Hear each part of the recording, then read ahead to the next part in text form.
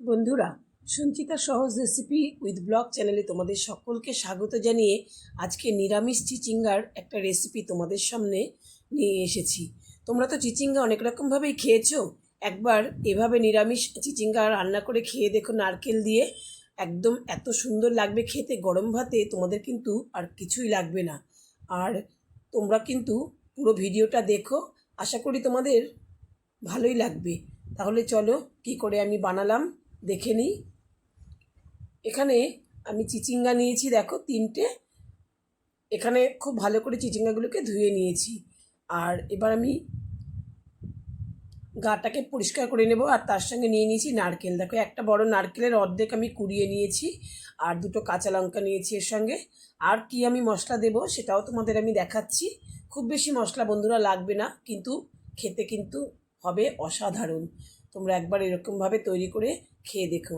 আর বন্ধুরা, তোমাদের কাছে অনুরোধ রইল, তোমরা রেসিপিটা দেখা শুরু করলে তোমরা কিন্তু একটা লাইক দিয়ে দিও।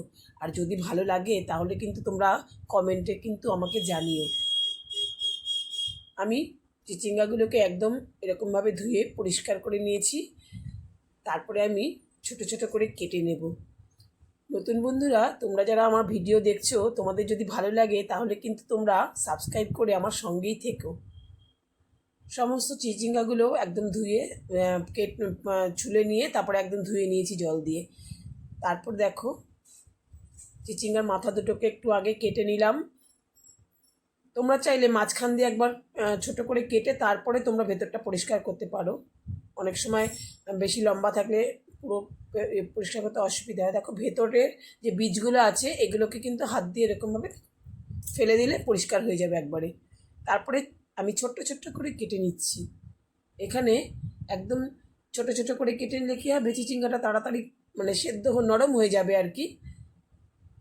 যেহেতু আমি এটা তো কোনো জল দেব না, ভাজা ভাজাই করব, তাই যত সরু সরু করে কাটা হবে ততই কিন্তু চিচিঙ্গাটা ভালো হবে আর কি।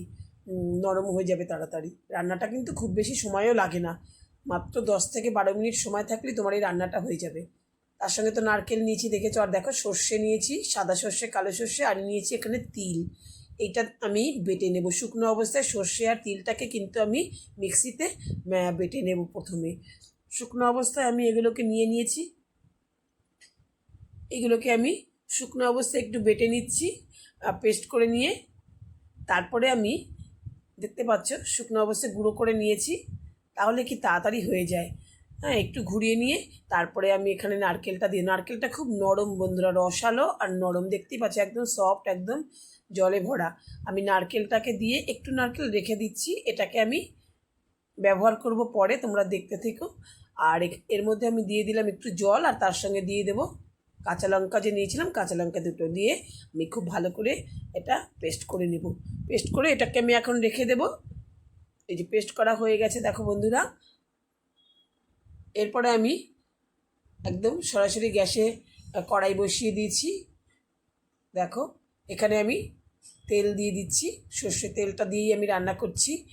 তেলটা দিয়ে আমি ভালো করে স্প্রেড করে দেবো, চারদিকে ছড়িয়ে দেবো তেলটা। এবার দেখো দিয়ে দিলাম কালো জিরে, আর দিয়ে দেবো একটু সর্ষে ফোড়নে, আর তার সাথে একটা শুকনো লঙ্কা দিলাম, একটা তেজপাতা দিয়ে দেবো ফোড়নে। এটা খুব একটা মিষ্টি গন্ধ বেরোলে পরে, সর্ষেটা একটু সময় লাগে ফোড়নটা দেওয়ার সময় কিন্তু অবশ্যই কিন্তু গ্যাসের আঁচটা কমিয়ে দেবে বন্ধুরা, যারা নতুন রাঁধুনি তাদের জন্যই বলছি। তারপরে একটু ফোড়নটা মিষ্টি গন্ধ বেরোলে পরে এখানে আমি কেটে রাখা চিচিঙ্গাগুলোকে দিয়ে দেব। কেটে রাখা চিচিঙ্গাগুলো দিয়ে খুব ভালো করে তেলের সঙ্গে মিশিয়ে নেব। বন্ধুরা, চিচিঙ্গাটা কিন্তু আমাদের মানে প্রচুর ফাইবার আছে চিচিঙ্গাতে, তাই আমাদের কিন্তু এটা খাওয়াও কিন্তু পেটের পক্ষে ভালো, শরীরের পক্ষেও ভালো। তোমরা কিন্তু এভাবে রান্না করে একবার খেয়ে দেখো। আর আমি একটু নুন দিয়ে দেবো বন্ধুরা, একটু নুন দিয়ে এটাকে ঢাকা দিয়ে রাখবো মিনিট 5-এর জন্য, কারণ তাহলে চিচিঙ্গাটা একটু নরমও হয়ে যাবে। নুনটা দেওয়া রয়েছে যেহেতু, আমি নুনটা দিয়ে 5 মিনিটের জন্য ঢাকা দিয়ে রাখবো। তারপরে 5 মিনিট পরে আমি ঢাকনাটা খুলে দেখো দেখাচ্ছি। মাঝখানে আমি একবার একটু নেড়ে দিয়েছিলাম 2 মিনিট পরে। তারপরে দেখো একদম কিন্তু চিচিঙ্গাটা নরম হয়ে গেছে। কালারটাও চেঞ্জ হয়ে গেছে দেখতে পাচ্ছ। এই সময় আমি সামান্য একটু হলুদ দিয়ে দেবো। হলুদটা তো আগে দিইনি, এটাতে কিন্তু বেশি হলুদ লাগে না। এই চিচিঙ্গা রান্না করার জন্য খুব বেশি হলুদের প্রয়োজন হয় না, কালারটা একটু সবুজ সবুজ থাকলেই ভালো লাগে। তো অল্প একটু হলুদ দিয়েছি। এবার একটু নাড়াচাড়া করে মিশিয়ে নিয়ে আমি ওই পেস্টটাকে যে বানিয়ে রেখেছিলাম নারকেল, সর্ষে আর তিল দিয়ে, সেই পেস্টটা এখানে দিয়ে দেবো। এই শুকনো পেস্টটাকে একটুখানি ভালো করে মিশিয়ে একটু নেড়েচেড়ে নেব। তারপরে ওই মিক্সিটার মধ্যে যে গায়ে গায়ে লেগেছিলো তার মধ্যে একটু জল দিয়ে মিক্সি ধোয়া জলটা আমি এর মধ্যে দিয়ে দেবো, মিশিয়ে দেবো। এটা একটু নেড়েচেড়ে নিলাম, নারকেলটা রয়েছে তাও একটু মিক্সি ধোয়া জলটা দিয়ে আবার 2 মিনিটের জন্য এটা আমি একটু ঢেকে দেব। তাহলে কি নারকেলের সঙ্গে একদম চিচিঙ্গাটা মিশে যাবে, একদম ভাজা ভাজাটাও হয়ে যাবে ভালো করে। এরকমভাবে একবার করে দেখো বন্ধুরা, রুটির সঙ্গে বা ভাতের সঙ্গে যার সঙ্গেই তুমি খাও দুর্দান্ত লাগবে খেতে। রুটির সঙ্গে তো ভীষণই ভালো লাগবে খেতে।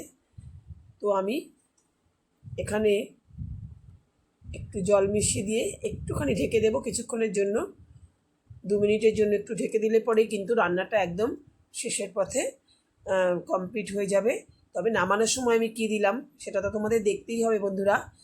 চিচিঙ্গাটাও নরম হয়ে গেছে দেখছো, মানে সেদ্ধ হয়ে গেছে ভালোভাবেই আর কি, নরম হয়ে গেছে।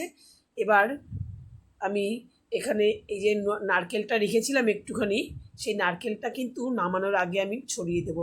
নামানোর আগে একটু নারকেলটা মিশিয়ে একটু নেড়ে চেড়ে নিলে এই কাঁচা নারকেলের গন্ধটা কিন্তু খুব ভালো লাগে। একটুখানি নাড়তে হবে নামানোর আগে দিয়ে। তারপরে এটাকে মিশিয়ে তারপরে দিয়ে দেবো 1 মুঠো ধনেপাতা।